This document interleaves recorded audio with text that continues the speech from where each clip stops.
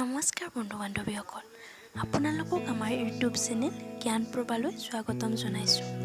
আজি আমি এনে এখন দেশৰ কথা ক'ম, যিখন দেশত বৰ্তমানলৈকেও কোনো ধৰণৰ এয়াৰপৰ্ট গঠন হোৱা নাই। হয়, আমি আজি ইউৰোপ মহাদেশৰ এখন সৰু দেশ এণ্ডোৰাৰ বিষয়ে কিছু কথা আলোচনা কৰিম। তেতিয়াহ'লে আহকচোন বন্ধু বান্ধৱীসকল, ভিডিঅ'টো আৰম্ভ কৰোঁ।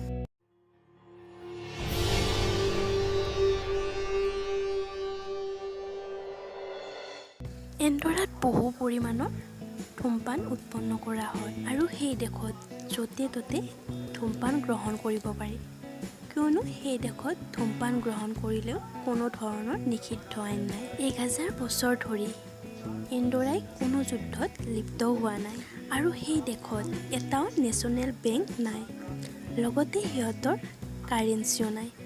বৰ্তমান সিহঁতে ইউৰো কাৰেঞ্চি হিচাপে ব্যৱহাৰ কৰে।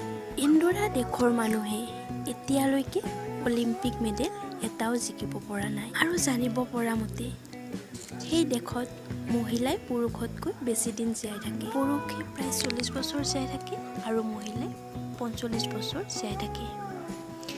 এণ্ডোৰাত কোনো ধৰণৰ টেক্স নাই।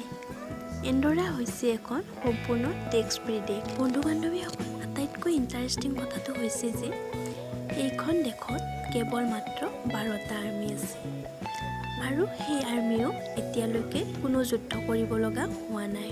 এণ্ডোৰাৰ মানুহে গাহৰি খাই বহুত বেছি ভাল পায় আৰু তাৰ ল'ৰা ছোৱালীবোৰে 14 বছৰ হ'লেই মদ খোৱাৰ অনুমতি পায়।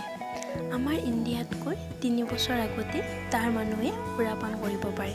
আৰু এণ্ডোৰাত গোটেই দেশজুৰি এখনেই মাত্ৰ ইউনিভাৰ্চিটি আছে। এণ্ডোৰা হৈছে এখন সম্পূৰ্ণ লেণ্ডলক কাউণ্ট্ৰি। আশা কৰোঁ বন্ধু বান্ধৱীসকল ভিডিঅ'টো চাই নিশ্চয় ভাল পাইছে, আৰু যদি ভাল পাইছে লাইক কৰিব, কমেণ্ট কৰিব আৰু শ্বেয়াৰ কৰিব। লগতে এনেকুৱা ইণ্টাৰেষ্টিং ভিডিঅ' চোৱাৰ বাবে ছাবস্ক্ৰাইব কৰিবলৈ নাপাহৰিব।